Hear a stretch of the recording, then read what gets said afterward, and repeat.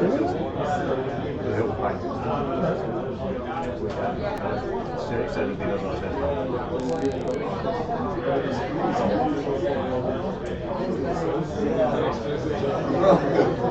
Ik zal even niks wat even.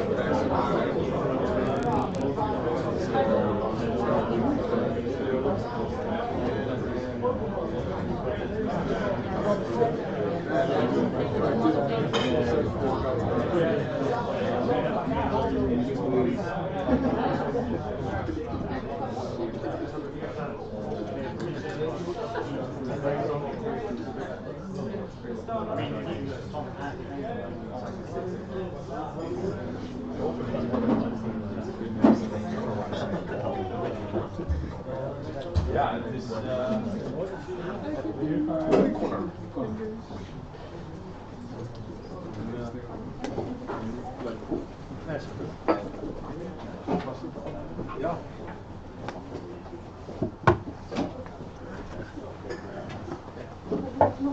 Alright, okay. Got my thing. Okay, let's start off. Yeah, hi, welcome to the DigitalOcean Amsterdam second meetup of the year, which is good to do. Yeah, this is the Your Majesty Amsterdam office. It's still pretty new. We moved here in December, so we're still sort of sorting things out. We get like new things all the time, so like chairs, which is great. Hopefully you managed to find somewhere to sit when our professional meetup operation. We got like our own grey chairs that we rented. Yeah, toilets are behind you if you haven't seen them. Just in there, go straight across. There's guys and girls, obviously. If you want to smoke or vape, you do it downstairs where you came in, just outside the door. That'd be great. Yeah, there's a table of stickers right over there. I opened another two that you didn't see last time, so there's hopefully plenty to choose from. Add them to your collection. The Wi-Fi is Your Majesty guest, and the password is Cavalier, which apparently is a courtly gentleman. Yeah, there we go. That's what. Try and get to the next slide. Ah, yes, we are live streaming. Hopefully, maybe it might work. It's very complicated. And hopefully they have sound, and it's on YouTube. It sounds like it works, so we'll see how this goes. That means you'll be able to see your presentation later on. If you missed a few bits, that'd be good. Yeah, no adverts unless YouTube throws them in every 5 minutes. You know, that would probably happen. Yeah. Yeah, I wanted to say thanks to a few people who helped me put this thing together. You probably saw Michael in the middle doing the check-in. He only takes photos from his left side, so you'll never see a photo from the other side. Abril, she's passionate about carrots. You might see her taking photos around the evening. Yeah, if you don't want to have a photo taken of you, hide your head behind a pizza box, and that is fine. And then Hugo on the right, he pretends to be James Bond in his spare time. And yeah, he helped me set up the live stream, which has been super helpful. So that's great. And then thanks for all of you. Thanks for turning up. Even though the weather is miserable and windy, you braved the elements and are richly rewarded with plenty of beer and later on pizza. Here is tonight's schedule. You managed to take the first one, you made it here. Yeah, this is the introduction, believe it or not. And tonight we've got two speakers. Daniel will start off talking about Docker and stacking containers in production. Then there's a brief interlude where you can grab beers. I will provide more beers. And you can go to the toilet. And then Michiel is talking about the road to continuous development. Pizzas turn up at 8:35, 8:40ish. So you've got to get your presentation done by then, because everyone's concentration will like disappear. Yeah. Then in emergencies, so these are a few house tasks. If there is a fire, hopefully there's not, you go down the entrance, down the floor, and across to the bridge, and you stand there and hopefully it's not raining. Or there's another fire exit over there, which will be fine. Hopefully that won't happen. If you hurt yourself, you can find myself or another member of the Majesty team. They will patch you up, give you some paracetamol, and yeah, hopefully that'll be fine. We can call you an ambulance if it's more serious, but hopefully you won't need to do that either. That'll be good. We do have a code of conduct. So yeah, DigitalOcean is dedicated to providing a harassment-free event. So regardless of your gender, your identity, expression, age, sexual orientation, disability, physical appearance, body size, race, ethnicity, religion, or technological choices, you can hopefully enjoy this event to the full. I'm not going to read all of it, but it is there. If there is an incident, you can find me or send me a message afterwards, or even tweet me. It's up to you. If you want to take it further, if you think I have offended you by pushing beers on you or something, I don't know, I try not to, you can contact Samantha, and she runs the DigitalOcean meetups globally, and yeah, she'll sort it out. All details are on the feedback slide, which is at the end. Yep, we have sponsors. So Your Majesty over there, these guys have provided the venue, which is super helpful, because otherwise we'd be outside in the rain. I work for Your Majesty, not DigitalOcean, and they are a independent digital agency working with brands and products, big and small. They work with Samsung's Internet of Things division, also like local hotels like Fox Hotel. They're a very tech-heavy company working with the latest technologies to bring groundbreaking technology to their clients. If you want to know more, Casper's about, Hugo's here.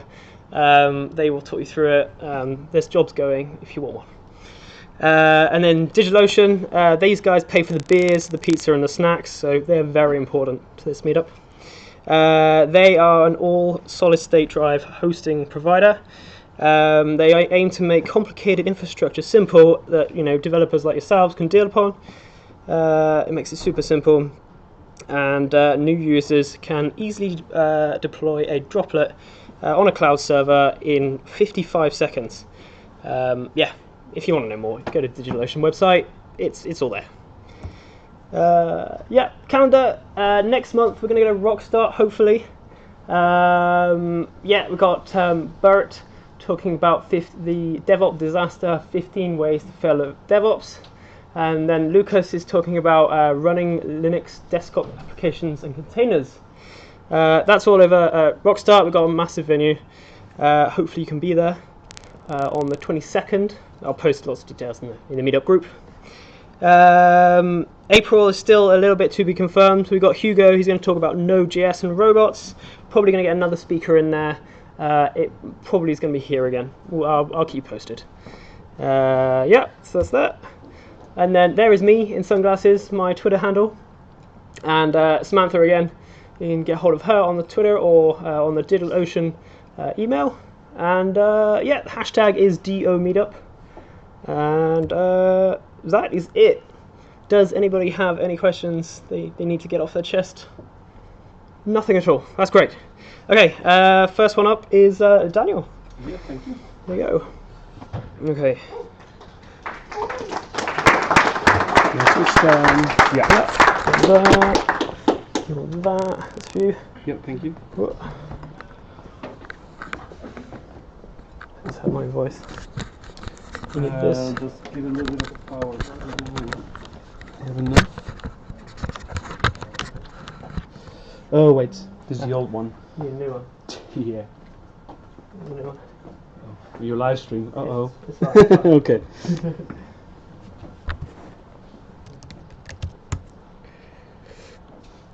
I just watched the back of my laptop. If you have kids, I have kids.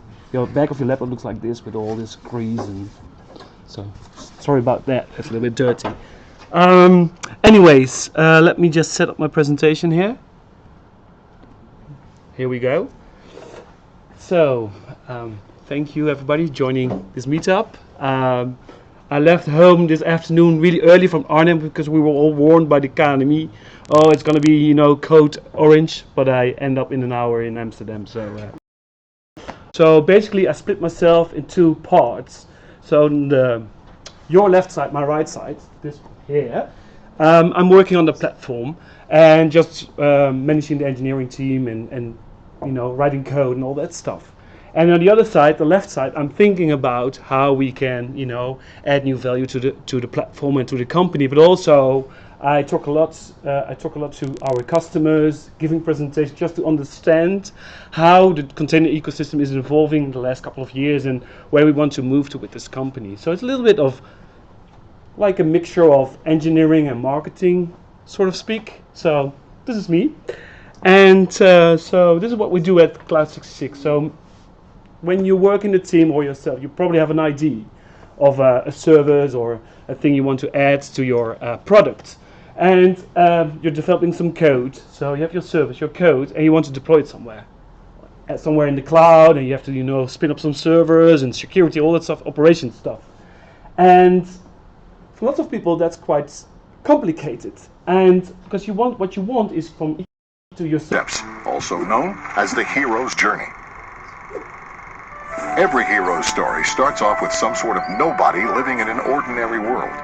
But by following the white rabbit, he will get a call to adventure. At first, he can't be too eager. He must refuse the call. Running away from his destiny, he will stumble upon a mysterious old guy who will turn out to be his mentor. Now he's ready to cross the threshold. Where he's going, he doesn't need roads. Of course, he will be tested, and he might need to win the game to gain new allies and enemies. He must overcome his fear by entering the inmost cave. Here, he will face his supreme ordeal, which will change his life forever. After defeating some bad guy, he'll receive his well-deserved reward.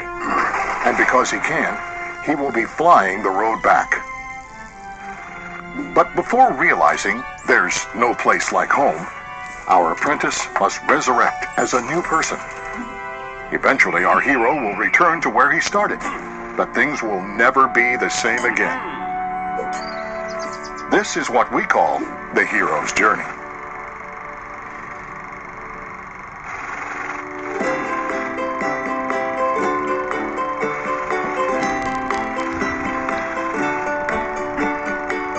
So I couldn't explain that in 2 minutes. So I'm really happy that I found this animation. So I'm gonna change the hero's journey in the hero's container journey. And I think, are there people in the audience who ever played a music instrument? Yeah, okay. I mean, it's the same thing. It's also a hero's journey. You're picking up your instrument, and then, you know, the first 2 weeks you're like, oh yeah, playing this guitar. You're like, wow, this goes great. And then you find out that you need to learn a lot. And then you get ups and downs, and you know, you can't Frodo, when he starts and find his ring, you can't just walk to Mount Doom and just throw in the ring, right? So he has to find the eyes and all this, you know, tests. And I think when you picking up like an instrument or picking up technology, it's the same thing. So let's just go on this hero's container journey and just see how we can apply this to running containers in production. So this is basically what we're going to do. You see a lot of, you know, circles. I don't know why I like circles, probably. So we're gonna start in this ordinary world, right? So you saw this in the animation. It starts in ordinary world. This is where you want to understand what you're going to do with containers. Then we're crossing the threshold. We're going in this very special container world, where we're gonna learn about containers and experimentation. When you learn something, you can actually use that in your practices. So you're going to execute it in your company. You're going to make some proof of concepts. And then when you are done in this very special container world, you go back to the ordinary IT world and you integrate what you learned. And so in this presentation, I'm going to take all the 12 steps and just, you know, hope makes sense. Let's start it. So I also, this little diagram here shows you start with one container. Probably your end goal is running like microservices in containers on production. I don't know what you want to achieve, but for some teams just want to have like the first step is just running and for development or test, but some companies just want to go straight to production. But you can see it's a bumpy road, and hopefully after 30 minutes I help you, giving a little bit of hand holding how to get started. So first, the ordinary world. So you're living in this ordinary IT world. So you're probably scrumming away and already doing like continuous integration and deployment. Maybe you heard a little bit of containers, I don't know. But this is your ordinary IT world. So there's no containers yet.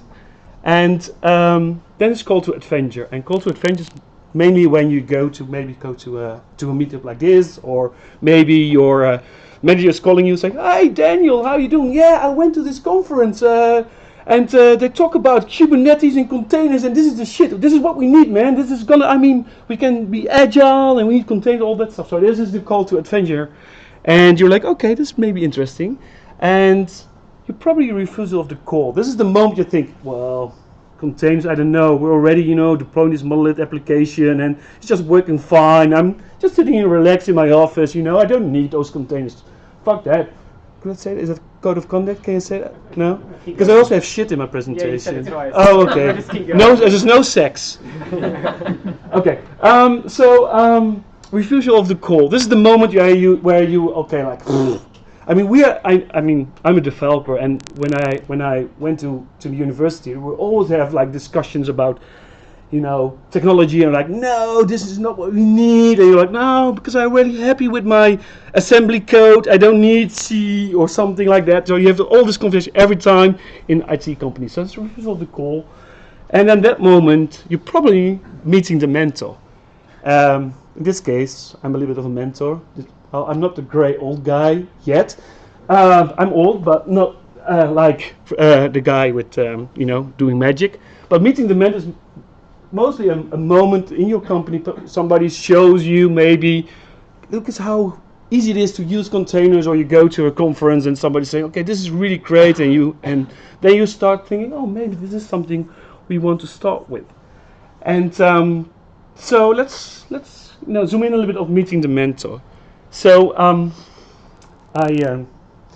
this is an artichoke. If you're eating vegetables, this is an artichoke. And what I like about the artichoke is that you only eat the heart. The heart is the real tasty stuff of your artichoke. And why I'm showing this is that when you're going for containers, it's really interesting to see. If you look at your company, you probably have like developers, operations guys, business, and users.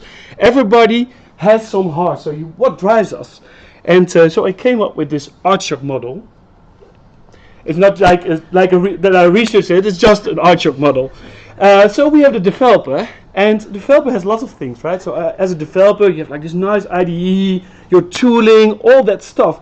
But in the end, a developer just wants to write elegant performance code, right? So he wants to solve a problem, and we can bring that problem into well, there has to be a container in the middle. But so we have also the operations guy here, and the operations guy, they all talk about servers and I don't know, IOPS, how many IO operations per second and all that stuff, As a developer, you're like, oh, what else are you talking about? But in the end, the operations, first, if you're an operations guy, you would just want to, have some night's rest, right? So you're going to go home and don't have to take care of the infrastructure. But as an operations guy, you want to have like that the application is stable, performant, all that stuff. And I think with containers it's really interesting because containers bringing those two worlds really close together.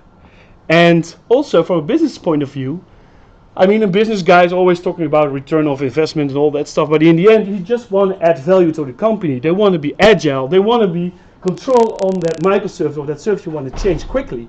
And containers allows you that. Also have people, of course, who using your service is the same thing. I hope to make lots of money off this artichoke model later. And of course, you have all the things like UI and all the things running around there. And then, so we're going to crossing the threshold. So in your company, you're okay. So I talked to this Daniel guy, and he said containers is the bomb. Just let's go for this special container world. So you're crossing the threshold. And the first thing you are going to meet is what I call the containerization machine. And basically, this is where you take your code on top of this machine, and this machine has to, get those images, those containers you're gonna run. And it's really important to make this a team effort. So with your developers guys and your operations guy, work together to make this happening. And so we're creating all this nice images in containers. Let's so if you're not familiar with containers, so we have some very clever kernel stuff in Linux. It's really complicated, and it does all these things like namespacing and make sure that you can run isolated processes. Over here you can see this is your container, which is an isolated process on your system. And this is basically what you do to basically tell how to run containers. So in a Docker file, you tell from where I'm going to start with, maybe some Node base image or Ubuntu or whatever. And then you probably run some updates. You set up your compile time dependencies. Then you copy, of course, your source code. And you create your binary or whatever artifact you want to run. Do some cleanup, maybe removing some secrets. And then eventually you tell how to run that code. And you can see that this is your image. It's like a big chunk of data we're going to send over the line. So I'm going to talk about this later, why this is a bad container. Another thing which I see a lot happening at Cloud 66 is that people are, heard about containers and Docker, and they say, great, I have this code, put it in a container and run it in production right away. They have no idea how that technology works. So what I'm trying to say is just start with your local machine. Just install the Docker engine, just create a Docker file and just understand how it behaves on your local machine before you're gonna deploy in production. I see this a lot. So most of you people are like, oh yeah, I understand, but this is happening a lot. So we're going crossing the threshold here. And this is the moment where you understand a little bit of Docker and you create your first Docker file, and then you're like, okay, so how can we optimize this? How can we make this better? What are the things we need to take care of? And so shortcuts are evil. And so I didn't have time to create a slim image, so I created a fat one instead. So it's really easy just to put everything inside your container. You're like, oh yeah, because we need to SSH into the container. Like, okay, just put that in. We need to put all this extra tooling around this container, but the thing is, you don't need it, but it's really easy. And it's just part of the learning curve. So if you start learning containers and you're creating a fat image, it's fine, but in production, don't do that. So less is more in this sense, and let's talk about that containerization machine again. So basically what is going to happen, so we're going to put in again code and some shit, and so if you put shit inside your container, it's really nicely, it looks like this. It's like, you're happy shit, but if you run that in production, you probably end up like this. So it's really important. So you can't polish a turd. So it's not the things. What I see in production sometimes is that a developer gets control how you run your code in production, and so that's really important to talk to your operations guys. So how can we optimize your code inside that container? And if your code is shit, it will still be shit. So containers won't solve that problem.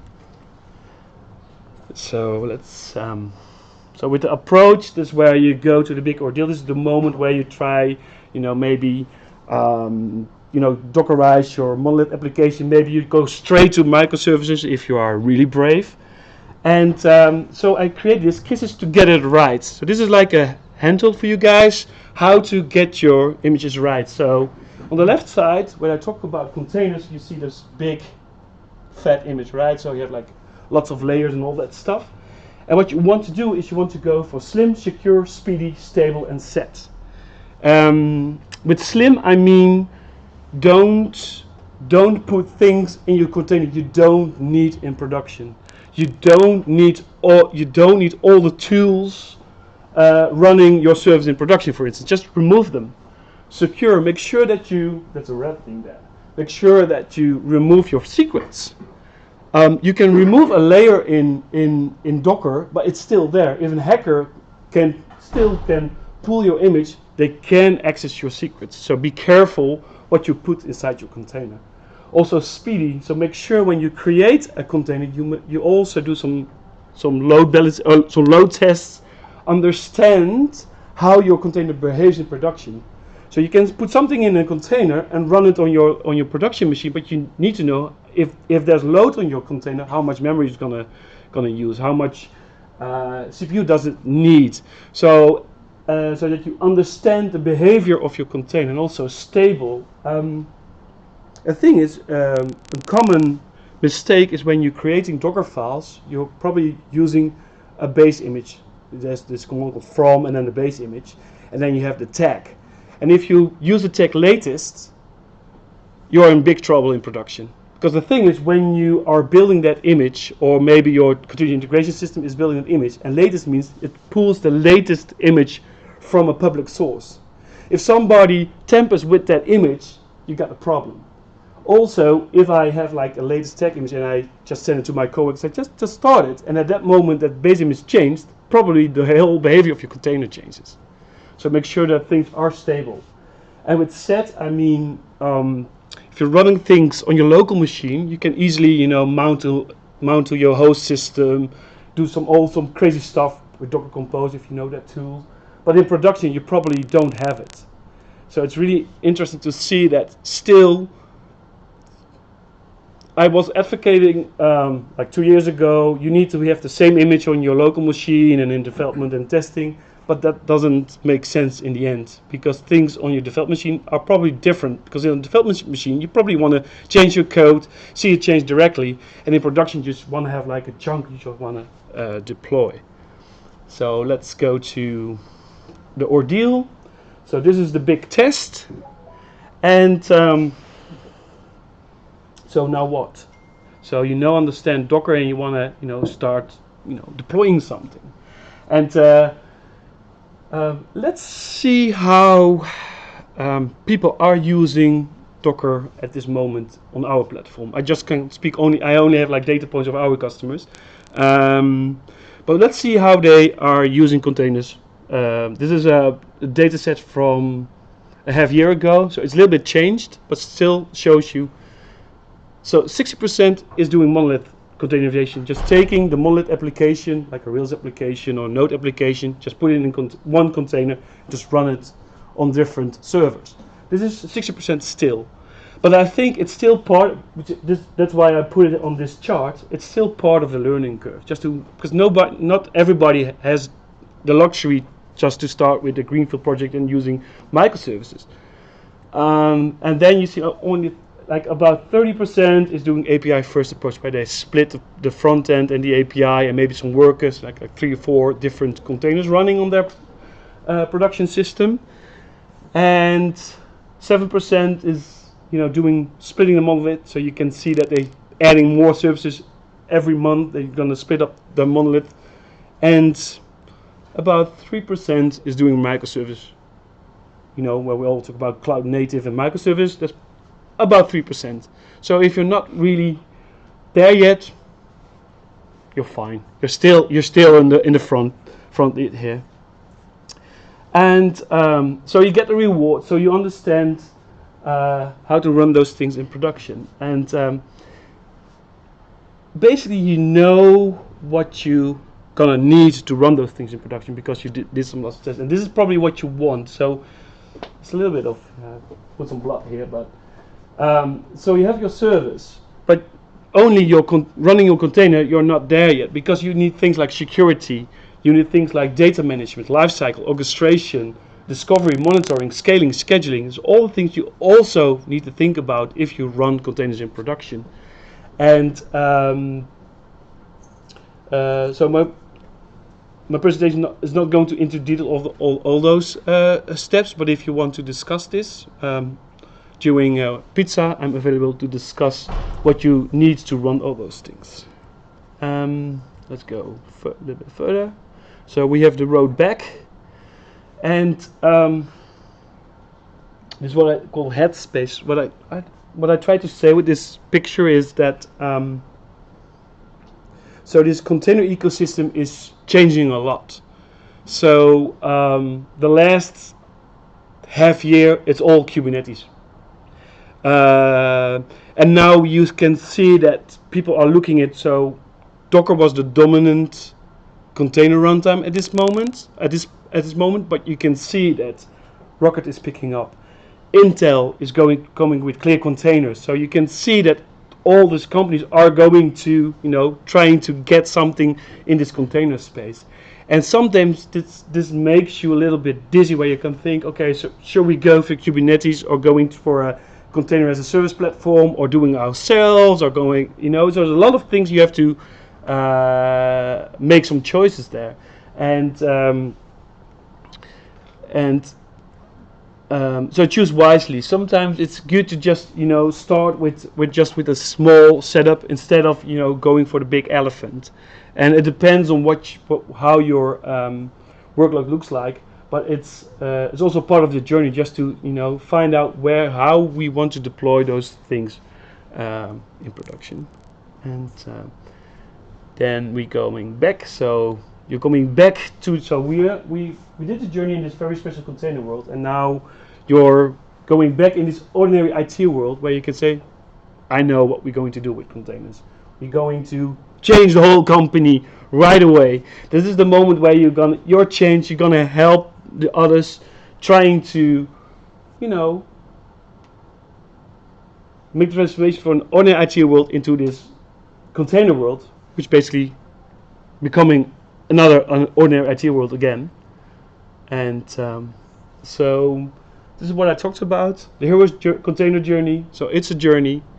So there will be ups and downs. There will be frustration. I have all the war stories, lots of frustrations, but also really good things, good solutions also. Less is more. So think about the shit. So shit in is shit out. So make sure, create those minimal, slim images. Don't go for the fat ones. And the archive model, meaning that developers has other requirements of a container. Operation guys have other requirements of a container. Just make sure that you work together on that model. And thank you for listening to me. Thank you. Do I still have time for questions? Yeah?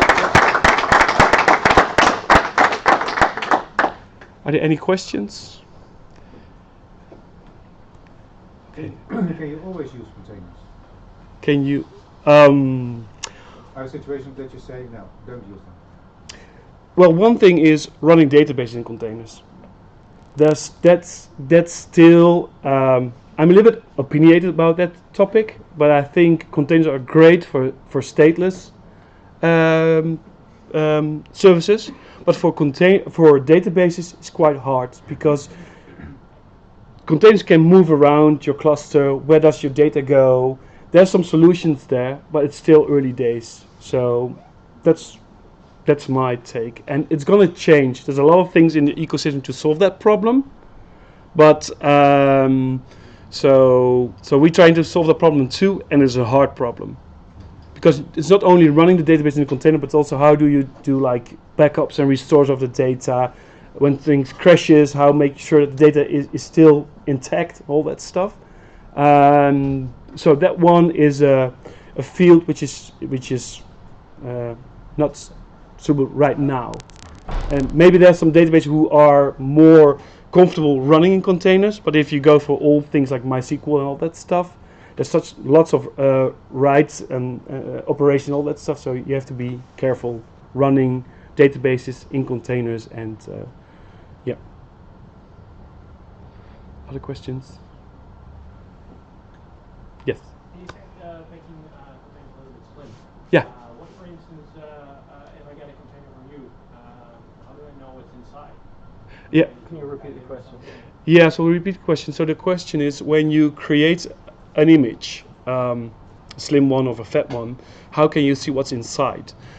So the nice thing, when you pull an image from a public source, you can do like Docker history of that image, and you can see all the layers. So basically, how Docker and how containers are working, there's a layered file system. So every operation creating the image is just a layer, and you can see what's happening in that layer. So if you pull an image, then you can just analyze what's going on. So you can see also there's some open source projects called Claire from CoreOS where you can just run analysis on your Docker images to see if there's like vulnerabilities, stuff like that. So yeah, there's some ways to do it. But if you are running containers in production, I always my advice is just to create your own base images so that you have full control. It's a little bit of more latency, but if you're pulling from public, it can always be dangerous, basically. Yeah. You should if you pull it from public, you should at least make sure you have automated the images. Yeah. Got the files there. Yeah, and also if you pull from public resources, make sure that you also have a cache server in place. So if the public thing goes down, that you're not screwing up your CI/CD platform because you can't pull those images. So make sure you have something like I don't know, like how's it called? Yeah, make sure that there's a caching between. Yeah. Any other questions? So I'll be available during the pizza break and everything. So if you have any other questions, just reach out. Thank you. Great. Right, well, thanks a lot. That was amazing. Yes, we're going to have a 5-minute break. You have a chance to grab yourself another beer or water or wine. I will refresh the selection because it looks like it's dying. Yeah, live stream seems to hold up. So cool. We got 95% of your speech. Wow, cool. That's good. Yeah. See you in 5 minutes.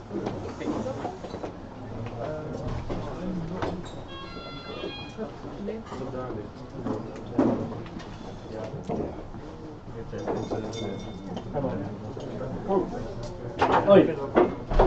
So, yeah, welcome.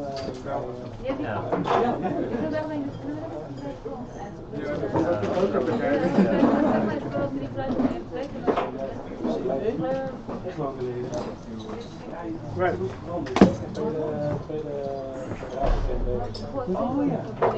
Oh yeah. Can I plug in my charger somewhere? Yeah, sure. Cool. You do lose for the live stream. You lose like the left-hand corner, right-hand corner. So just bear that in mind. So if there's like key points in like this corner, just say them. Okay. But it should be fine. Okay. They have you to look at. Yeah. They should look at you. Yeah.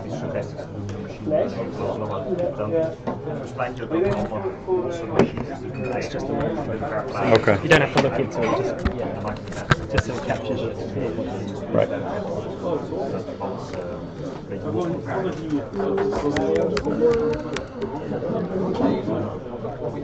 Oh yeah.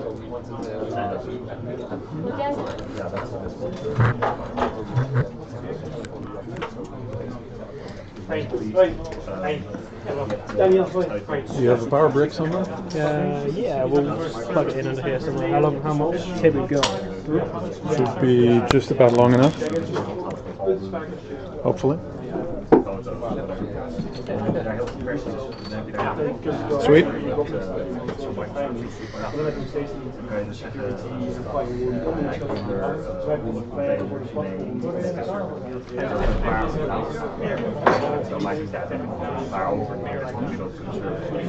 Ja, we hebben een welkom die de groei doet. Ook belangrijk en ook een API. In principe zeg je gewoon, oké, deze services, deze services die je wil, deze database, wij producten daar dus wel deze database mee doen. En dan zeg je, wil je deployen, dan vraag je eigenlijk welke cloud wil je deployen, of wil je eigen service. Als je eigen service DigitalOcean, Amazon Google Cloud package, networking, Linux, Cloud Azure,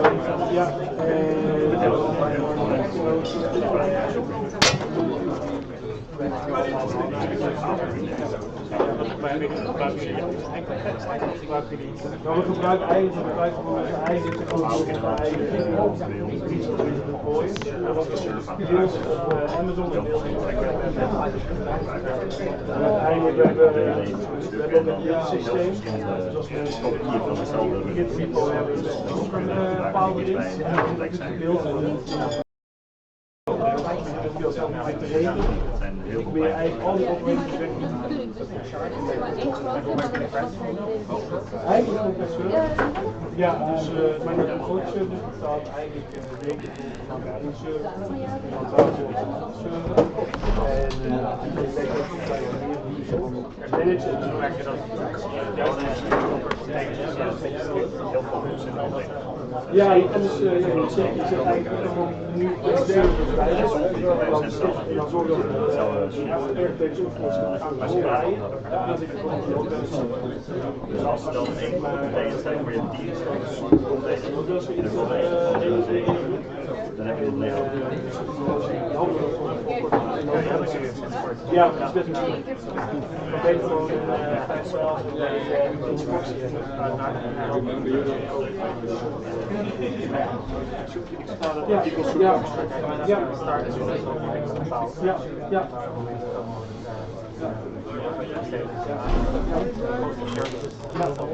ja.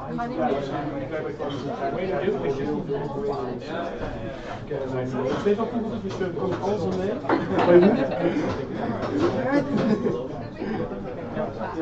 Ja.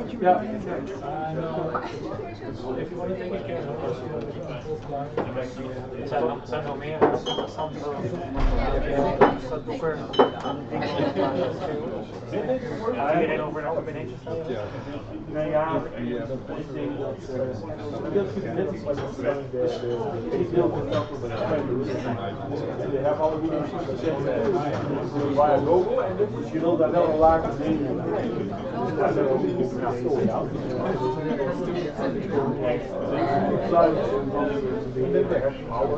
En je ziet gewoon operations team hebben, dan zie je wel en dan zie je eigenlijk dat de database nog maar vooral de status services, maar dan daar gewoon ochtends weggooien, opbouwen.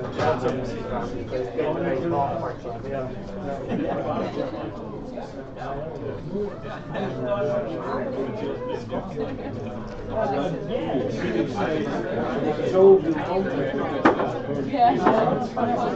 Dat is dit doen, maar ik hou van het vast als we doen. We gaan verwachten nog vaak 2-3 weken, dus dat is wel een versie. En zeg wat in de upgrade.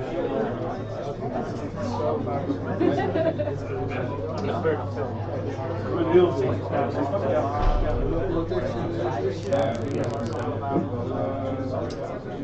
Ja, issues zoals de hele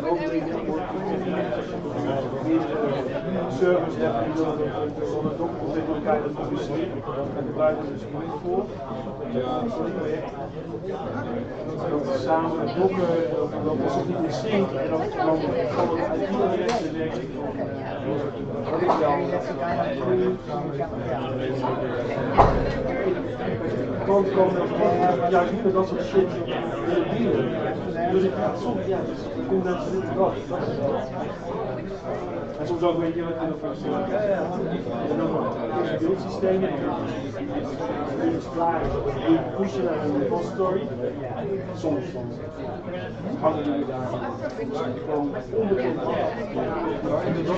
Ja, dat ga je niet zijn. Nee, dat wordt eigenlijk fijn.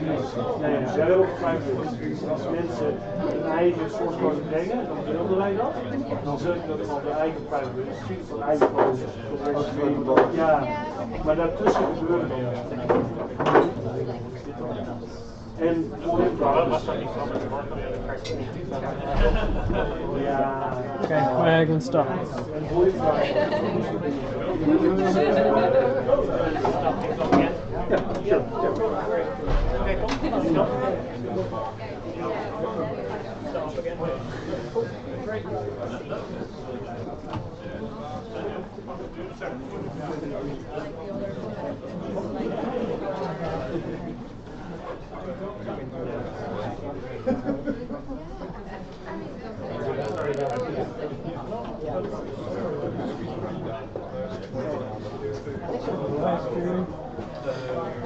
Good. Okay.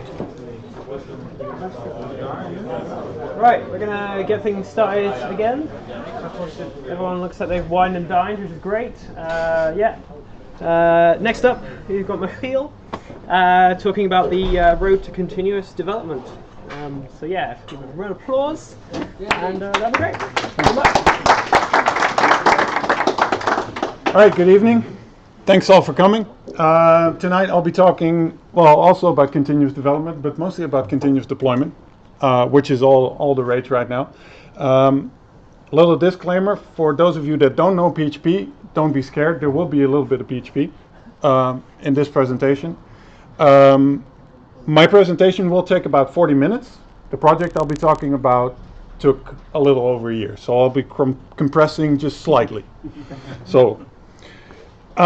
I'll start with a little bit about me. I'm a developer, consultant, a trainer, and a regular conference and meetup speaker. I recently started a little startup called Make.io, where we do a lot of containerization, as a matter of fact, and Kubernetes, but we focus mostly on continuous deployment, continuous delivery, and making that more accessible to companies. I'm also part of a group called the Dutch Web Alliance, which is a group of Dutch and Belgian web experts, freelancers. If you at some point want to shout at me on Twitter without directly approaching me, then that's my handle. If you're totally not in agreement with what I'm about to say. Okay, anyway, I'm about to tell you a little story, and that story happened very close to here, on the other side of the eye, at a company called VNU Vacature Media, which is now called the Persgroep Employment Solutions, which is part of the Persgroep, which owns Volkskrant and a bunch of other large newspapers, but they also own job sites. Nationale Vacaturebank, IT Banen Intermediair, big job sites in the Netherlands. Tweakers and AutoTrack, for those of you that know them, they're part of the Persgroep as well. This project took place in 2014, 2015, so to give you a little bit of an idea of the time and the scope and the scale. In that company, we're dealing with a system called San Diego. No relation to the actual city. It's just a random name. But San Diego is a large, and I would call it aging. Legacy doesn't really carry that much weight, but it's an aging and monolithic application, which happens to generate millions of income. So it's still working. It's still producing something. But it's slow, very complicated, lots of technical debt, hard to maintain. All this is a result of design decisions over years and years and years, a bunch of takeovers, merges of other code bases, you know the drill probably, ended up in a slightly messy situation, namely this. At the top of this picture, we're looking at IT Banen, Intermediair, Nationale Vacaturebank, the three job sites. They are connected to, or internet traffic as you will, comes into the system over a bunch of load balancers, varnish caches, and other proxying systems, then ends up in one of X front-end servers. And they in turn talk to back-end servers. The only problem with those two is they run the exact same code. The only difference between the two types of servers is a switch, a setting. Other than that, they run the exact same code. And they connect horizontally and vertically through remote procedure calls, database, and APIs, and there's really no consistency in what is used when. And at the bottom, we have a bunch of connections to things like Solar and MySQL, FTP and external services, all those things. So it's a lot of moving parts and difficult to manage.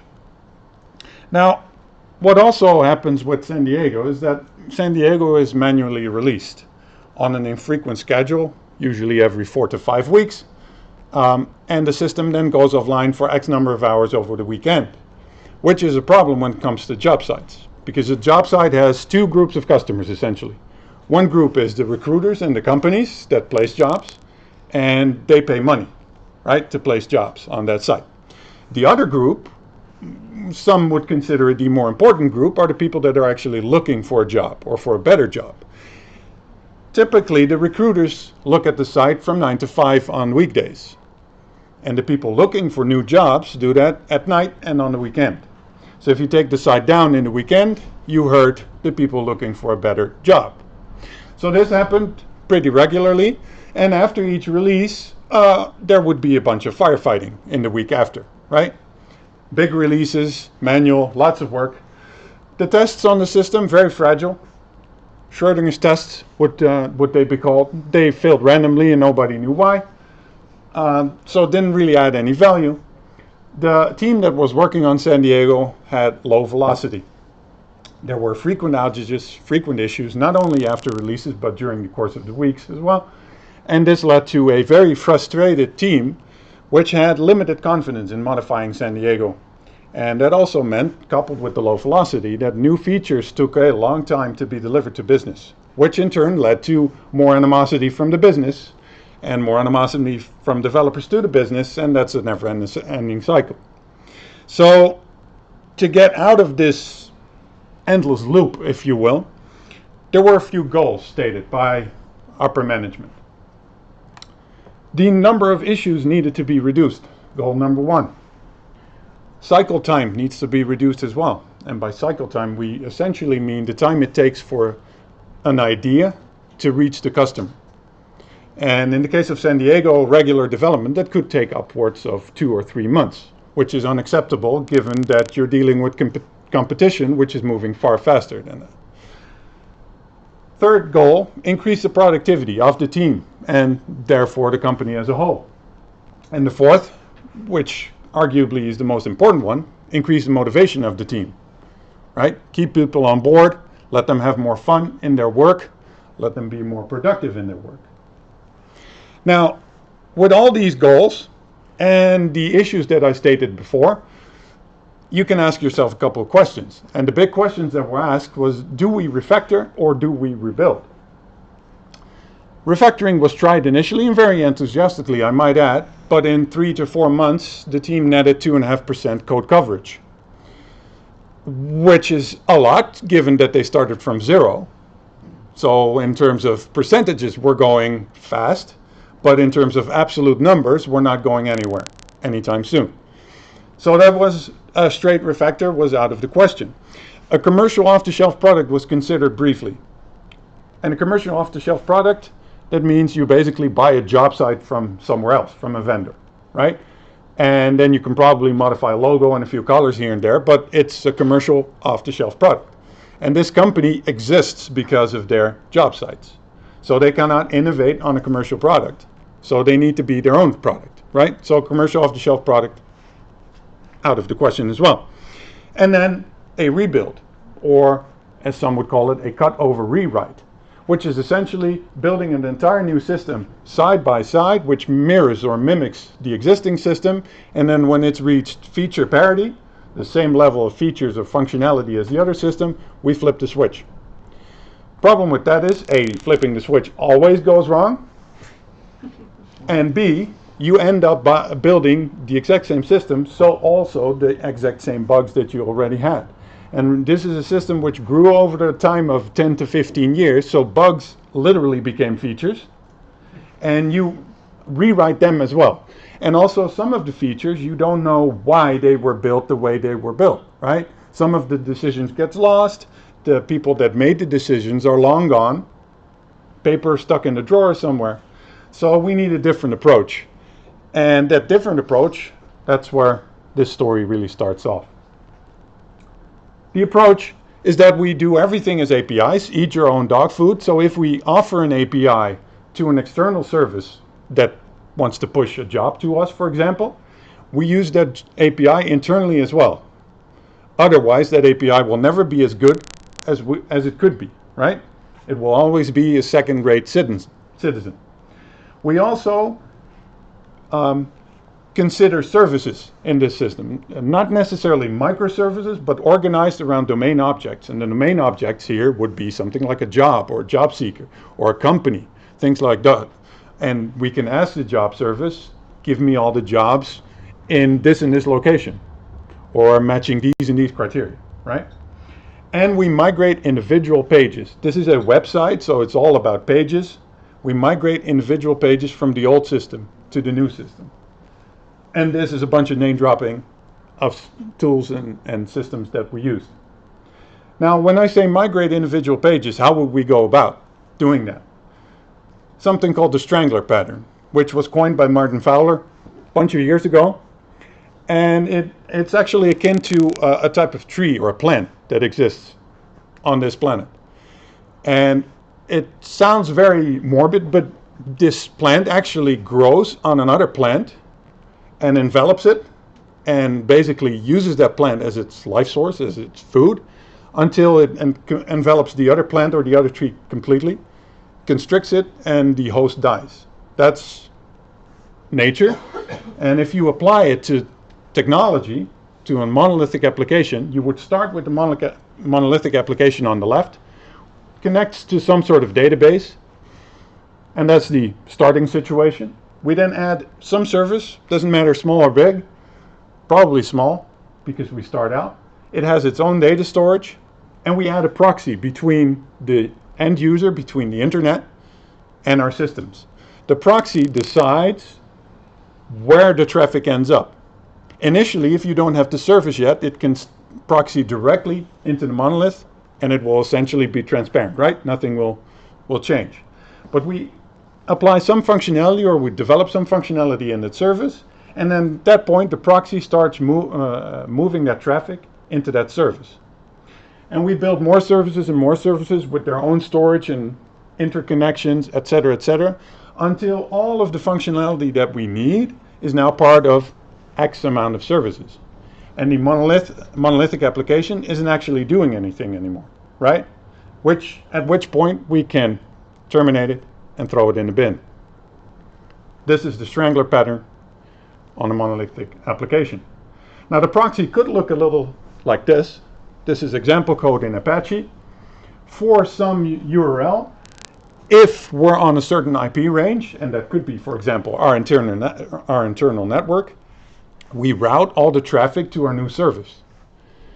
And if we're happy with that, and the guinea pigs in our local office are happy with it as well, then we can change our IP matching and move it on to the outside world, and maybe let 10% of the real world see it, or 50%, something like that. And all the other requests go directly into the monolith. And we build that proxy up and up and up until none of the requests make it into the monolith anymore. And then we can get rid of the monolith and the proxy. Now, if we combine all this, that turns into this little landscape. We still have the 3 sites, but they are now served by their own little service. So we can innovate on each site individually. ITBAN, Intermediaire, and NVB. They connect to a job service and a job seeker service and a bunch more, but that would make the picture a little bit more complicated, which have their own databases and data storage and Elasticsearch and you name it. And our San Diego is off to a side there. It's AWS here and a legacy on-premise data center for San Diego. And as you can see, there are a few network tunnels there, so we can access legacy data and in some cases a legacy API, even though we want to keep that to an absolute minimum, right? Right. Now that I told you the architecture, I'll tell you a little bit about the process and the things that we as a team agreed on, essentially. I was part of a bunch of external people that moved in to help the existing team that was there, the internal team. And together we came up with a set of, rules. One of the rules is that everything is done in a continuous fashion. We don't do projects anymore that have a start and an end. No, it's about a product. So every day we want to be a little bit better than the day before, right? And there's really no end until we decide that this product is no longer interesting, is obsolete, because we have created another product.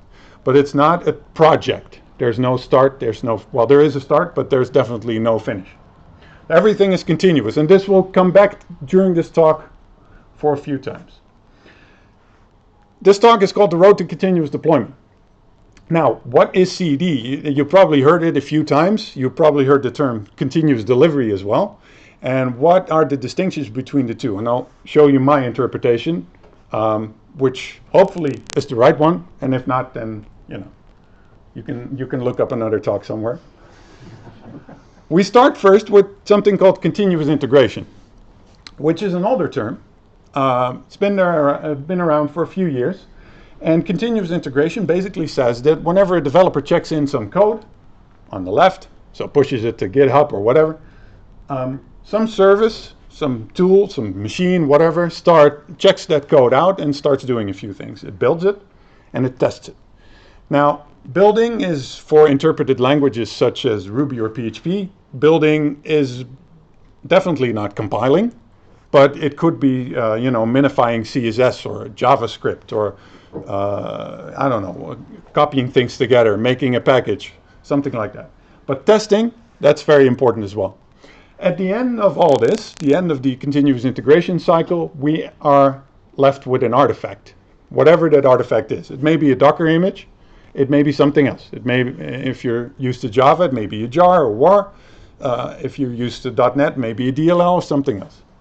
As long as it's an artifact that you can point back to the original commit. But it stops there. Nothing is done with that artifact. It's just built. Continuous delivery then adds a few steps. The most important one is an automatic deploy of the artifact we created there to some acceptance environment. And on that acceptance environment, we can then test and verify and validate to our heart's content. Developers, QA, product owners, what have you. And at some point, somebody says, okay, this is good. This is good enough. And in comes the button press, which is what the red arrow signifies. There should be an automatic system to deploy to production, aka scripts or something else. But triggering that set of scripts is a human action, right? It's somebody actually physically, maybe even an actual button, pressing it. Promoting a build to production, some people call it. Which is fine. It also says that at any given moment, our code needs to be deployable, right? Any build that we do, assuming it passes all these checks, should be able to go to production without any additional work. Because otherwise, we should have done that before deploying it to acceptance. Now, continuous deployment then gets rid of the red arrow, and it's automation all the way through. Acceptance at this point turns into a little bit of a tricky name because there's nothing really to accept other than automated systems. So depending on the context, it may be called staging or pre-production or functionally equivalent environment, something like that. Acceptance is fine as well. But the most important thing with actual CD, true CD, is that this now becomes an automatic action. So if your artifact deploys correctly to staging, comes up, passes the checks, we immediately and automatically deploy through to production.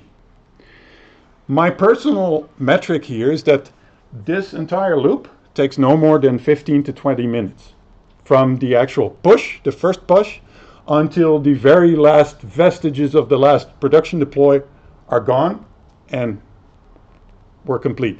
Some people have a little bit of a wider margin there. Some people say this can take north of an hour, no problem. My personal preference, this shouldn't take more than 5 to 10 minute stops. But that's true CD. Now, why would you want to do that? Well, somebody, and I think this was Puppet, they did something called the DevOps report. And what they found out is that successful teams deploy 200 times more frequently than less successful teams. They recover faster from failure at a rate of 24 times greater. Their failure rate is 3 times lower. But more importantly, their lead time or their cycle time is a whopping 2,555 times lower. And that's the beauty of continuous deployment. Shorter cycles, faster feedback, early feedback, small steps, and it leads you to something, to experimentation. It allows you to actually experiment with code, right? If an experiment doesn't work, if your pipeline takes 20 minutes, it takes 20 minutes to retract the experiment. That's all it takes. You don't have to wait 4 weeks for a manual release, right? So it makes a lot of things very possible. Now, one of the rules we stated is that every single commit goes to production, assuming it passes all the tests and all the checks. Now, depending on when that commit comes in, it might turn out that our, in this case, Jenkins would build 2 or maybe 3 commits at a time because it delays a little bit, so it could grab 2 or 3 commits. But every commit that passes all the checks go to production. Now, that also means one thing. We don't commit to anything but master. We only commit to master, which means no branches, ever. And I see a few eyebrows raising already, which are pitchforks. The reaction I get when I say this, it varies from people like sure to downright hostile. I've never had anybody walk out on me before yet, by the way. That would be interesting if that happens. But yeah, pitchforks. This is why. This is one reason why we wouldn't want branches. Specifically, why we don't want branches in a CD environment is because it delays integration, right? A branch, feature branches, they are alive for, well, at least the time it takes for the feature to be built and tested. During which a bunch of branches are built and tested as well. During which you can accumulate a serious number of merge conflicts. But merge conflicts can be fixed, even though they take a long time. The more interesting thing is a functional merge conflict. So your code actually merges, but 2 features have never been seen on acceptance together before, right? And what's also the combinatorial explosion of feature branches on large teams is insane. You have 30 feature branches at any given moment. That means you have 30 environments to test at any given moment. That means that your QA persons have to split in 30 different personalities at any given moment. But it also means that when the feature is done, and with done, of course, it doesn't mean I'm done, but I still need to do the tests. No, actually done, and we merge it to master. At that point, our deployment starts running to production, right? Or do we wait? And does the QA team then have to test everything all over again? So they have to test on the feature branch and they have to test after integration as well. Which is, to me, abusing version control for something called functional separation, right? We have features on different branches and our product owner says, okay, feature A can go first and then feature B and then feature C. We are abusing our version control system, which was not built for this, to functionally separate our functionalities. And put it another way, if we were still using Subversion, we would all be going to master because branching in Subversion was insanely hard, right?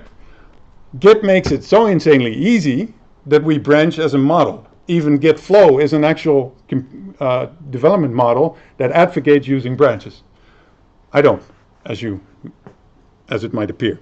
Now there's one little exception, and one exception only. That is when you are prototyping and anybody else on the team needs to see that prototype. And of course prototypes are thrown away, not put into production, right? So the branch can be deleted, not merged. Okay, enough about branches. Or enough about branches. I'll get to your question after the talk, okay? Some people use pull requests to do code reviews, right? And a pull request is a branch. And depending on how fast you react to a pull request, it may be a long-lived branch as well. And the problem with long-lived branches, I've iterated a few times, but it gets batched up, right? And so if we can't use branches, we can't use pull requests. That's what I just said, right? Well, no. There's one, and there's one very important alternative, which is called pair programming. Pair programming, don't enforce it, but encourage it. A team learns quickly why pair programming is essential. Pair programming provides a continuous inline code review, right? Why would you develop first and then in the next phase review the code, right? That's a waterfall-y approach to code review. Why don't you put those two persons together behind a computer, or maybe even 3 or 4 people together if it's very complex, and have them actually work on the functionality together. So they have knowledge transfer, especially if you mix and match experience levels, right? You have transfer of knowledge about new technology as well. And you have an inline continuous code review. Now, it requires discipline. It's not for everybody. And let me retract that immediately. It is for everybody because you can learn to pair program. Some people get tired more quickly. So you may need to rotate it a little bit faster with some people, right? Some people don't work well together or as effective. So especially as a team leader or lead developer, you need to be aware of which combinations work better than other combinations. Geiten, the Dutch word for people that, you know, if you put them together, then they will just be very chatty and nothing good will come of it. That's something that you will have to keep in mind with pair programming as well. But it's a very essential part of, well, extreme programming, agile, but also continuous deployment. And pair programming isn't new, right? Extreme programming has been around for at least 15 years. So it's interesting that pair programming is perceived as new. Anyway, enough about pair programming. What we also decided was that we focus on value. And with focusing on value, I mean we deliver functionality to the business which had such animosity to us, that developed such animosity. We deliver new functionality, and we deliver that new functionality not in the old system, because we don't want to touch that unless we absolutely positively have to, but we develop that in the new service. So if that functionality, if developing that functionality means we have to extract something from the old system, we do that at that point, right? At the bare minimum that is necessary. Good enough for now, right? Which doesn't mean skimping on quality, but it's what's good enough for now, right? We also introduced something called a feature toggle, feature switch, which essentially is an if statement. But the difference here is that you can influence the if statement based on a few metrics, such as what IP do you have? Is a cookie set? Are you a random person in a group of traffic, for example?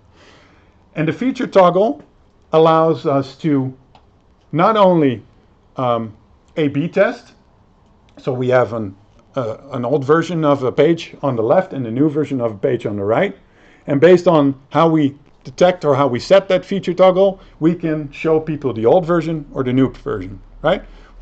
We can first show it to our internal network, the new version, and then open it up to 10% of the internet traffic, and then to 50, and then to 100. And we do that based on metrics. If this doesn't score lower than the old version, and remember we're about to phase out the old product, then this is better, right? If it's not worse, then it's better. And of course we hope it's better. But feature toggles, remember I said abusing version control for functional separation. This is what feature toggles achieve. Functional separation on a realistic level. So we deploy, which is a technical exercise, right? We separate deployments from releasing. Releasing is a business decision. Can people see something? But deployment is a technical decision, right? Your product owner should never be able to say to you, you cannot deploy this. Well, I'm the developer, let me be the judge of that. But we won't release it yet. Two very distinct, very different things, right? Boy Scout rule. Who here is familiar with the Boy Scout rule? The Boy Scout rule says don't or leave the campsite in a better state than you found it. Translated to code, leave the code in a better state than you found it. So if you see something that can be fixed in a reasonable amount of time, so we don't upend the entire framework because we saw something. We don't convert all tabs to spaces just because. No, If we see something that's fixable in a reasonable amount of time, we do that. Otherwise, we would end up with the broken window syndrome, right? Where so many windows are broken in our house that we don't care anymore about it. That's what we want to avoid. Gates, both soft and hard gates, during our build pipeline. And what we mean by gates is if a hard gate is exceeded, the build stops, the build breaks. If a soft gate is exceeded, we emit a warning. And with soft gates, we could think of something like check style, our check styles, or technical debt, or duplicated lines of code, those metrics. We're only interested in the trend there, not the absolute value. But syntax checking, for example, this is PHP, so we don't have a compiler to help us. So if we forget a semicolon somewhere, we want to know that in the build pipeline, not when the customer finds out. That's too late, right? So that would be a hard gate. Another hard gate, 100% code coverage. And remember, this is on all the new code, not on the old system. Note the asterisk. I would not necessarily advocate this on compiled languages, because there you have a compiler as an additional step, as an additional safety net, right? If you remove a method in Java, chances are that your compiler will complain about it if you still call that method. In PHP, not so much, unless you have a test case covering that piece of code, right? It also means that if you start going to 99.9%, our build would break. And maybe the 0.1% is trivial code. But having this as a hard gate makes you consciously think about whether you want to ignore that trivial code, so explicitly ignore it for the code coverage generation, or write a test that covers it, right? Whereas if you have 80%, as long as you are around the 80% mark, it's hard, or if not impossible, to determine if you covered the critical parts of the code, right? This is not the end-all be-all, but it's a very important part of having confidence, building a safety net, and developing or changing code with impunity, right? DevOps, an often overused or abused phrase right now, because people start inserting security and QA and biz and net, but this is what it ends up is. I want to have developers and operations people together in one team. Why? To prevent this. Break down the barriers, break down the walls. Instead of an operations person being called in the middle of night, which they probably expect, right? They may even like it happening because, if they're paid to be on standby and they're like, nothing happened. And they may even be, something happened weeks and weeks and weeks and weeks in a row. But that's par for the course, right? Whereas if you combine those people together in a team and you hand the pager to some random developer, that random developer gets woken up in the middle of the night because there's a semicolon missing somewhere. That developer the next morning, I guarantee you, will be like, the first thing I'm going to do is fix this because I don't want to be called at night. And that's only one small part of the whole DevOps thing. DevOps is a culture. Its responsibility is ownership. And I talked about product mentality, thinking as a product, keeping that product in production. That's the hard part. And that's where DevOps comes in. Putting something in production is easy. Keeping it in production, that's damn hard. And DevOps prevents finger pointing, right? Because it's the team responsibility. So if the team can figure it out, then the team has a problem. It's not like you broke it. No, we as a team. We weren't as good as we could be, right? Monitoring, very essential in continuous deployment and any real-time system. And that could be something like, monitor how my system is doing from a technological standpoint, disk, RAM, CPU, all those things. Log files, the elk stack. Grab all your log files from all your containers and all your systems is everywhere. Log as much as you can because storage is cheap. And, well, if you don't have the log files when something went wrong, right? Storage is always cheaper than guessing. Now, if we talk about continuous deployment, we usually talk about pipelines, building pipelines. And the most important thing about a build pipeline is that we automate the bejeebus out of it. We automate everything that's repeatable. Why would we do this? Well, let me tell you, if I have 10 different tasks and I give them to 10 humans, right? They do it in some certain way, some order. If I give the exact same set of humans, the exact same set of tasks the next day, you will already see variations. And that may be because of lack of sleep, had a little bit too much to drink, trouble at home, you know, stuff going on inside their head. But you already see variations. Scripts don't vary. They do the same thing all the time, every time, right? And when we automate builds, tests, deployments, orchestration, config management, all those things. Everything basically, if you do it twice, you did it once too much, because the second time you should have automated it. That's my rule. And sometimes it turns out to be 3 times. But in general, I try to automate myself away as much as possible, because that leaves time for the interesting things, right? The important things, which is developing an actual product. Now, I talked about continuous everything. One of the continuouses is continuous testing. Continuous testing in depth. Unit testing, integration testing, acceptance testing, and UI testing. Unit testing, well, this is something you could easily translate to JUnit or NUnit or any other test framework that's out there. We take a small unit of code and test that, and now all the dependencies that code uses are marked away, right? So our tests run fast, are small, are predictable. And at some point we need to integrate components, and we may need to connect to actual databases that have data fixtures in them, you know, so that we have predictable data in the system, and that we can actually go over the life cycle of different components and different objects connected together. And then acceptance testing is where we start using acceptance criteria or examples, scenarios, right? We talk in actual English, in actual language, about functionality, not about implementation, but about functionality. We say, given when then, the Gherkin syntax. Given the world is in a certain state, when something happens, then I expect some observable outcome, right? And this is all actual language. This is not code. This is not implementation. This can be implemented, this little scenario can be implemented in a great number of ways, great many different implementations on different devices. Could even be implemented on paper, probably, right?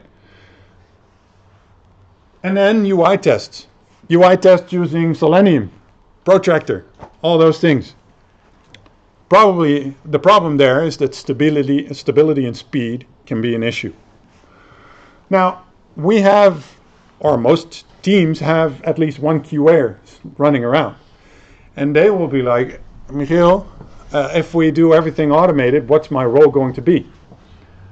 Because I used to manually click through things on acceptance, and now there is no acceptance. Or I have a minute and a half to click through acceptance before everything pushes to production. And I'm not that fast. Well, the tester becomes more important than ever. The only thing is, their role is going to be pulled to the front of the process rather than the back. And the front is where the 3 amigos comes in. The 3 amigos essentially says we have a developer or development representative, a business representative, and a testing expert thrown in a room, 3 people, and depending on what they're working on, they may pull in more people. But they have the best chance of coming up with a story that's actually worth something, right? They attack it from a bunch of different angles, and hopefully they come up with something that we can then work on. They may even look at different possible implementations. They will not choose one, of course, because that's a team responsibility, but they may look at the edge cases or the problems that you could encounter. So the tester becomes more and more important than ever.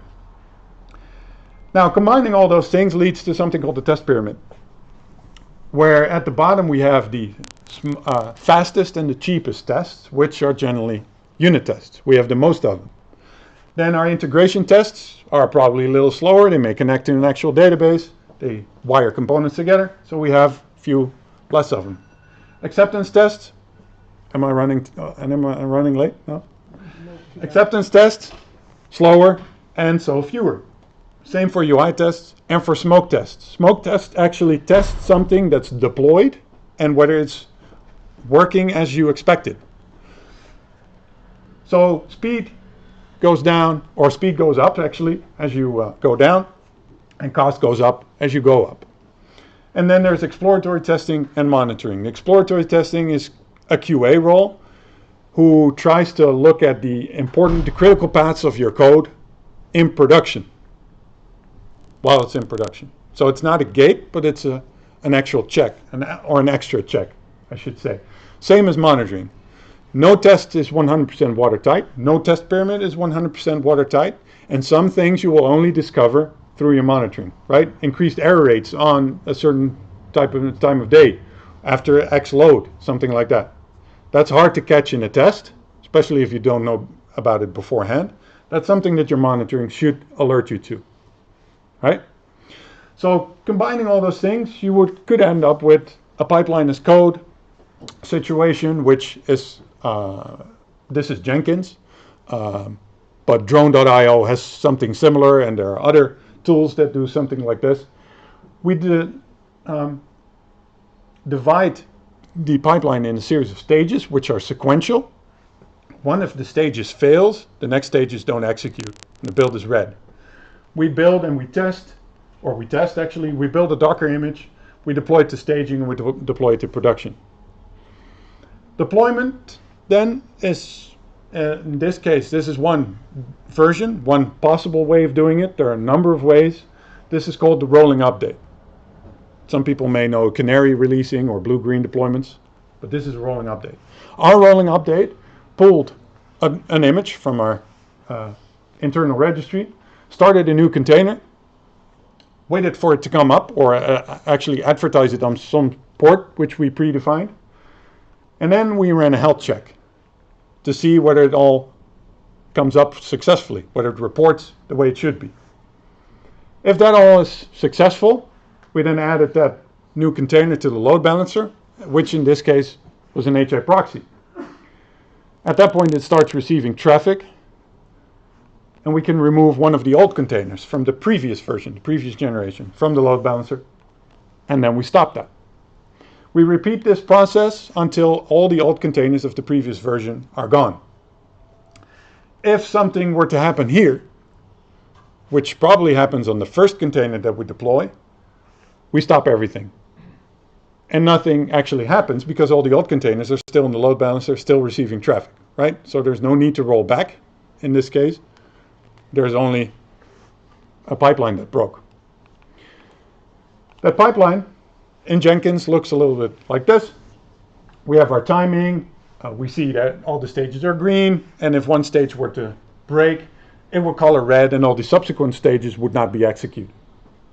Now, if something did break, we want to know about it very quickly, and that's where the siren of shame comes in. The siren of shame encourages people to respect the build, because if you do continuous deployment, your pipeline is your lifeline, right? If you can't deploy stuff to production, you can't fix things, you can't make people happier. So a breakage or a problem in your pipeline becomes an immediate P0, P1, whatever is your highest priority, right?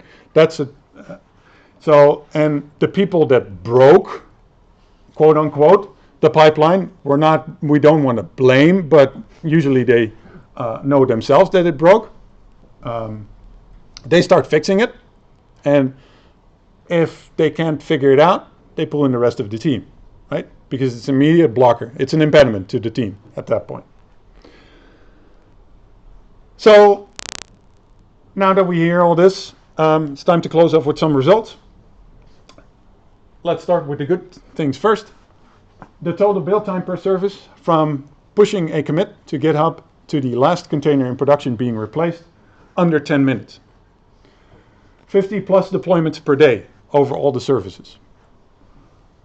Issues greatly reduced, and the page load times of the whole system significantly reduced. And by significantly, I mean going from 5 to 6 seconds per page to under half a second. We improved audience statistics all across the board. SEO ranking, time on page, session duration, all those things.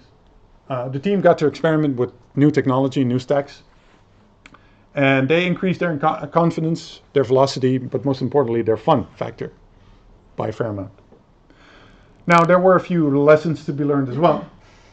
The team acceptance, initially, a few of the team members reacted like a few of you did, right? Well, what are we going to do without branches? Why pair programming? I don't like this person, I don't like that person. Change is hard in general, right? And humans are usually resistant to change, especially if they've been doing things for a long time. Experience with new technology, we introduced things like Elasticsearch, Docker, AWS, all those things. That was initially a bit of a problem, but by rigorous pair programming, there it is again, we introduced that experience, that new technology in the rest of the team. Now this all happened in 2014, 2015, when Docker was very much in its infancy, very unstable, or rather more unstable than it is now. I think we were at 0.6 at the very beginning, but it was in production all the time. And we just, had to fight fires a few times. But we wrote a few tools on Docker that over time were replaced by tools internally to Docker, right? And that's what you hope for. And we kind of gambled on Docker being the very cool thing on the block, and it was. And so it moved fast enough for us to use all that. Stability of the build pipelines, if it breaks, that's your lifeline. We had a bunch of JavaScript testing issues there, where we actually had to let go the 100% code coverage gate on the JavaScript code, simply because the tools were not up to par with what we wanted. Feature toggles need to be kept. And by that I mean something needs to go live as soon as you're practically able to, right? And then the feature toggle needs to be removed, because otherwise you simply have too much of a combination. Business alignment, very important. If your team starts doing 50 deploys plus per day, then the business better keep up. And that's a very interesting problem to have when your development team is moving far faster than the rest of the company. That's a very interesting problem. And there's unfortunately wasn't enough focus on replacing the legacy application. I think the goal by now is to get rid of it by October this year, but it's still in production right now. It could have been out of production, but unfortunately it's still in. Right, closing off with some literature. The Bible by Jez Humble and Dave Farley, Continuous Delivery. Building Microservices by Sam Newman. And Build Quality In, which is DevOps and CD reports on 20 different companies. Very interesting read. And also, this is my favorite, trunkbaseddevelopment.com. Never use branches anymore. Right, a little bit of a blurb about Make.io. We help you make things. We help you reduce cycle times, implement continuous delivery and deployment. We're very hands-on, results-oriented, and we build modern infrastructure and pipelines using stuff like Kubernetes and Docker. So if you are interested in that, come find me after the talk over the pizza, and I'll tell you a little bit about that. Any questions? Yes, sir. When we were talking about the cycle and from commit to production, Yeah. you did mention, and I was wondering, do you have a build and test on every commit, or there could be a few commits in a build that is built to test it? We're not talking about deploy, but so the question is, do you build every commit, or do you build 2 or 3 commits together? Well, it's the latter, depending on, I think we had a 10 to 20 second delay on Jenkins. So it could be that if people push very fast, one after another, and that is possible, I've seen it happen, it might end up building 2 commits together. But that's a rarity. Usually it's one single commit that gets built. And then a new commit basically gets queued until the running pipeline is done. Does that answer your question? yeah. Okay. Any other questions? How many people were on your team when you started introducing these new practices? 16, including 2 QA persons, and that's not counting the external people. What would you say will be the maximum or minimum that will be useful for implementing these practices? 0 to plus inf. Sure. Yeah. Yeah, if Netflix and Google can do it, right? And Netflix does continuous deployment at an insane scale. So if it works for them, and I know it can work for small companies as well, so it definitely works for everybody in the middle. Other questions? If everybody pushes to a master, how do you deal with things like merge conflicts and stuff? Because essentially you're creating still something like... The merge conflict becomes very small. You need to repeat the question. Yeah, so the question is, how do you deal with merge conflicts when you only push to master? The possible merge conflict becomes very small, and if it's very big, then you're not committing fast enough or early enough or small enough, right? So if you only commit once a week, that means that you're batching all this work on your local machine, and that only leads to one thing usually, which is a build failure, because you haven't had the chance to test all these small commits. So my rule is to have small commits early and often. So you don't commit once a day, but at least X amounts per day. And then the actual merge conflict that you could have is tiny, right? Does that answer your question? No. Okay. What was the advantage of using Docker? Or in other words, what would you not have been able to use if you didn't use Docker or a similar tool? So what would we not have been able to use if Docker weren't around? The honest answer is that it wouldn't really have mattered, other than that because we had, I think at the high point, something like 10 or 12 services, that if you do, I know there are companies that build RPMs, for example, and deploy them, or roll out entire fresh VM images. The Docker way is definitely faster, and you have an immutable artifact which we can automatically deploy on acceptance or staging and then production. The only thing at that point we didn't have is container scheduling like Kubernetes does, which we missed, but we didn't know that it would exist 2 years later. Well, at least not in the fashion that it does now. So the honest answer is we could have done this without Docker. Yep. Other questions? Okay. Once again, there's my Twitter handle and my email address, and I blog about this and about other topics as well, equally opinionated, and that's my site. Thank you for your attention, and well, thanks again. Have a good night.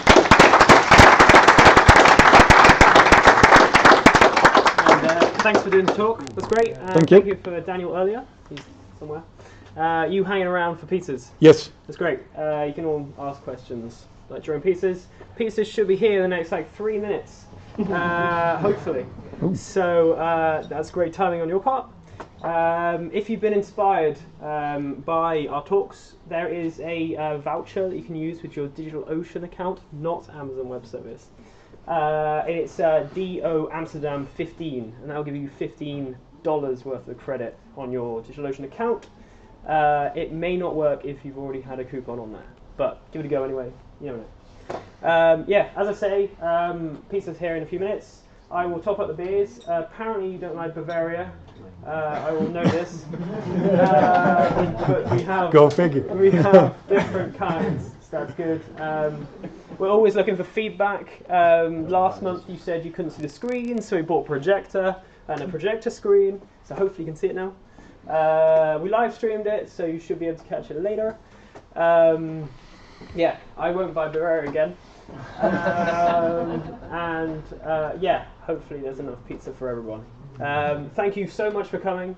Yeah, grab it. I'll get some more beers out and chat. And yeah, I'll get you posted with everything. We're back on the 22nd of March in Rockstar. If anything changes, you're in the meetup group and you receive all my offensive emails. Yeah, I'll keep you posted. And that is that. So there we go. Thank you. That's it.